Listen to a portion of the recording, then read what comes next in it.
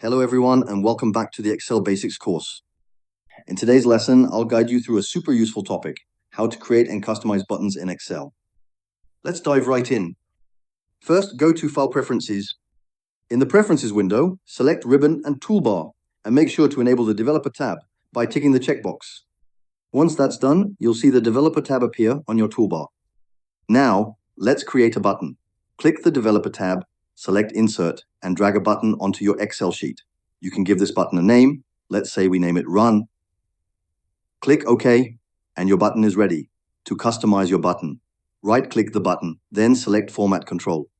Here, you can change the font style. For example, you could use Times New Roman or any other font you like. You can adjust the font size, choose bold or italic, and even change the font color. For instance, make it red or any color you prefer. Once you're done, click OK. Your button is now customized. You can click and drag it to any position on your Excel sheet. This makes it super easy to organize your layout and improve your Excel workflow.